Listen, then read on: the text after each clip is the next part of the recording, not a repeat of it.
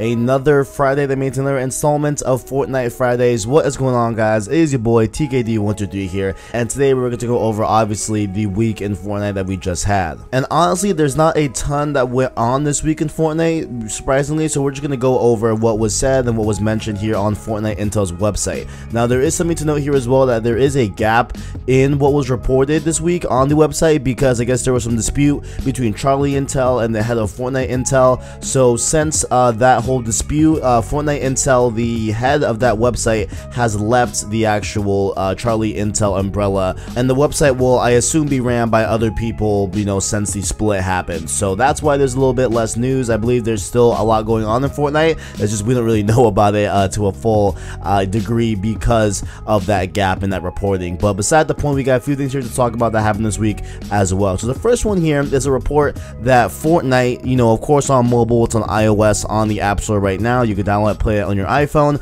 but Android users have since been left in the dust. That there hasn't been any word other than it's coming late summer, and now it is, you know, August is pretty much late summer at this point, and there's still no official word as to when Android users will be able to get and play Fortnite on their phones. But however, new reports, new leaks have been coming out, and they have been suggesting that Fortnite will be exclusive to the release of Galaxy Note 9, that phone, for 30 days. And Android-based website XDA developers have confirmed these details as well with everyone. So they say that Fortnite on Android will integrate with the Samsung Galaxy Note 9's S Pen. They were not available to confirm what feature it will have within the game as of now. Samsung wants to advertise the new Note 9 as a gaming phone, and such struck a partnership with Epic Games, of course, with the biggest game right now on the planet.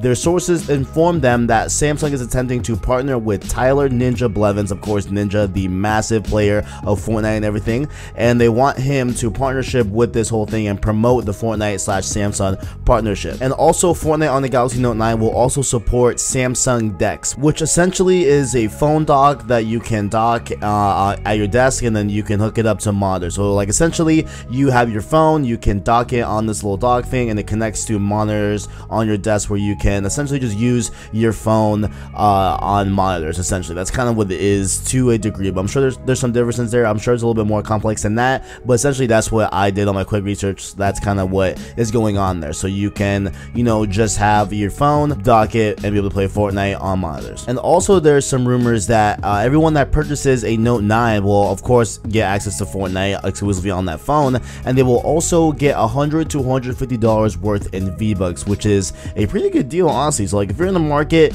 to get a new Android phone and you love Fortnite and you think you can wait a little bit until this phone gets announced, I definitely feel like this would probably be a good move over here, because you get $100, $150 worth of V-Bucks by just getting the phone. So I say definitely if you're in the Fortnite waiting for a phone, I definitely recommend you wait for this Note 9 here. But there's another wrinkle to this whole thing as well, and that was that, you know, of course you would assume that, you know, you buy the Note 9, you download Fortnite on the Google Play Store, but it looks like here that Fortnite will not be making it onto the Google Play Store. And so what they're saying here is that they're aiming to avoid the 30% store tax that has plagued a lot of different apps in the Google Play Store. I believe all of them actually as well have that 30% tax, and so they just do not want to share any V-Bucks profits with Google at this point. And they really threw some shade here with this direct quote. They said, quote, "Avoiding the 30% store tax is a part of Epic's motivation. It is a high cost in a world where game developers 70% must cover all of the costs of developing, operating, supporting their games,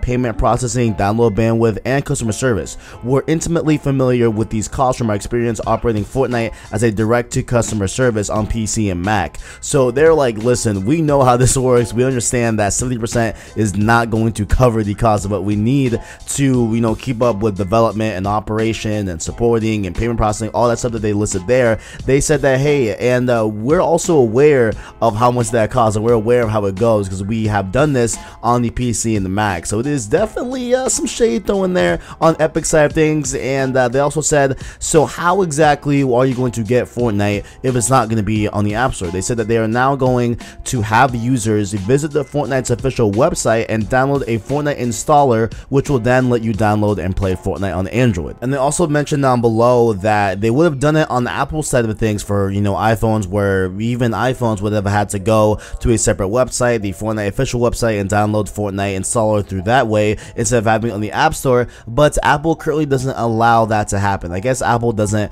allow iPhones to download applications that aren't from the actual App Store, which is a weird thing, and obviously it's Apple. They do whatever they want, really. They're worth $1 trillion at this point right now, so it's crazy, but it is really cool. And honestly, you know what, I kind of commend this. Honestly, it's like, hey, listen, you know, if a company doesn't want that store tax, you know what I'm saying, and Epic has the means and the smarts and the infrastructure to actually support this, I say get the bag, Epic. I think you know, it's a move. I say do it. Now, I don't understand also as well is that how are they going to have the Note 9 be exclusive for 30 days? I'm thinking, is it just going to be like a voucher code in the actual box of the Galaxy Note 9 where you can go to the website, put it in, and get your key to be able to play Fortnite on your Note 9? But then I'm thinking, why wouldn't you just like sell that code? And like, does that code even work on other phones other than the Note 9? Is there a way that the code knows that you're on the Note 9 or not on the Note 9? I don't even know.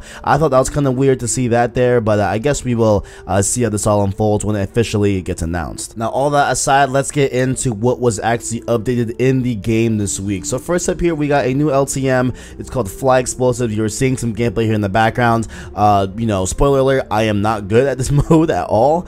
So, you know, enjoy that gameplay in the back of me struggling really hard on Fly Explosives. But the LTM allows you to only have explosive weapons that can be found in this mode. 4 loot spawners will occasionally spawn jetpacks. Fly Explosive jetpacks have increased fuel regen rate and decreased burn rate compared to default jetpacks as well, so that they can keep the pilots in the air for a little bit longer and stuff like that. So you have a little more flexibility in terms of you being in the air. You can be there a little bit longer and stuff like that, as opposed to worrying about falling to your death. In this mode, they have also decreased the amount of time between storms, because you don't really need to find that much adequate loot, because there's not really a lot, you know, to find this mode. All you need is a, you know, weapon and a jetpack, and you're pretty much good to go. So they definitely lowered that time in between storms to make it a little more fast paced. The rocket ammunition has been capped to 120, and profile stats, KD, and wins are being tracked in this mode as well. So you can actually, you know, get easy W's, you know, if you're good, unlike me, in this game mode, no problem, and they will actually count towards your profile stats in your main account. And in this mode, they also brought back the infamous guided missile. It is returned in this LTM,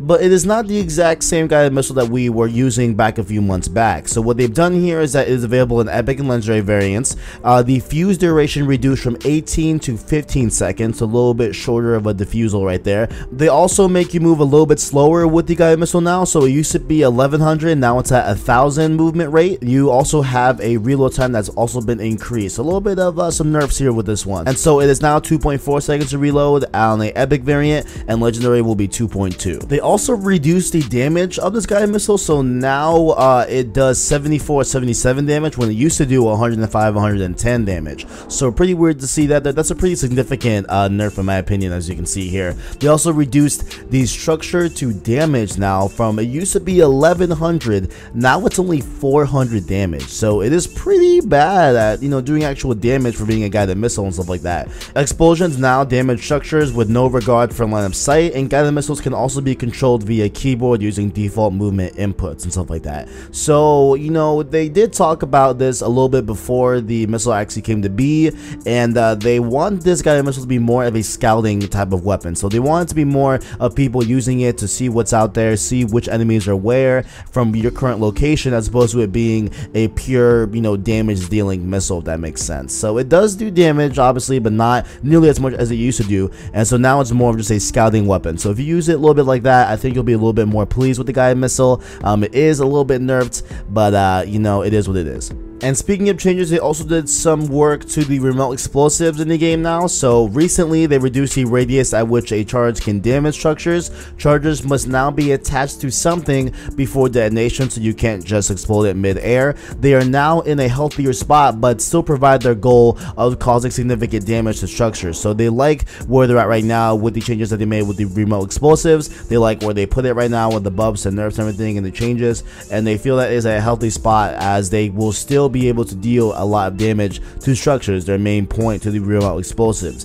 And now max stack size and drop count may be reduced in the future from what they're saying as well with version 5.2. And then lastly here on this episode of Fortnite Fridays here, this last little tidbit that came in last minute as I was recording, there's new leaks that suggest that hats and vehicle decorations are coming to Fortnite. And so this was posted by Silox Leaks or something like that. I forgot how to say their name, but it's right there on the screen. You can see it right there. And it looks like within the code of Fortnite there is some things to be able to change some hats that you may be able to use in the game and stuff like that, and be able to add decorations and stuff like that to your vehicle. Maybe you can, you know, apply different skins, or maybe just make your ATK a little bit more personal. You can do that here with these new leaks that they're suggested that will be in Fortnite in the few coming weeks. So I guess we will keep an eye on that. Maybe there might be something there. Maybe it might take a couple months, couple weeks, who knows, but there is some code in the game that are suggesting that you will be able to apply hats to your character and customize your ATK. And ladies and gentlemen, how could I forget the weekly challenges? I almost ran this video and forgot, yo, I gotta say the challenges for this week.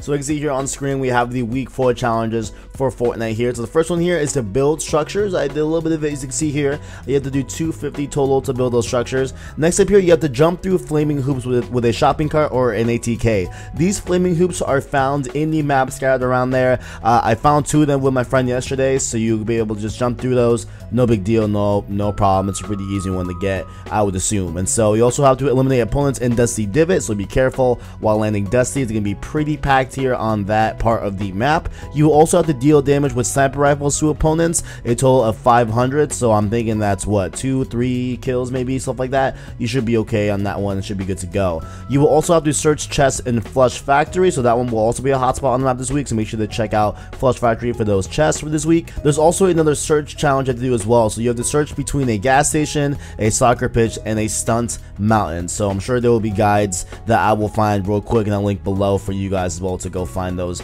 as well. And then lastly here, you will have to get pistol eliminations, 3 of them to be exact. So back to my outro. So that has been my time here on this video. If you all enjoyed, make sure to leave a like on the video, as well as stay subscribed to PlayStation Source to keep up with the latest and greatest in PlayStation. Make sure to also check out the description where you can find the Instagram and Twitter to follow us on there. Thank you for watching, and as always, catch you in the next one.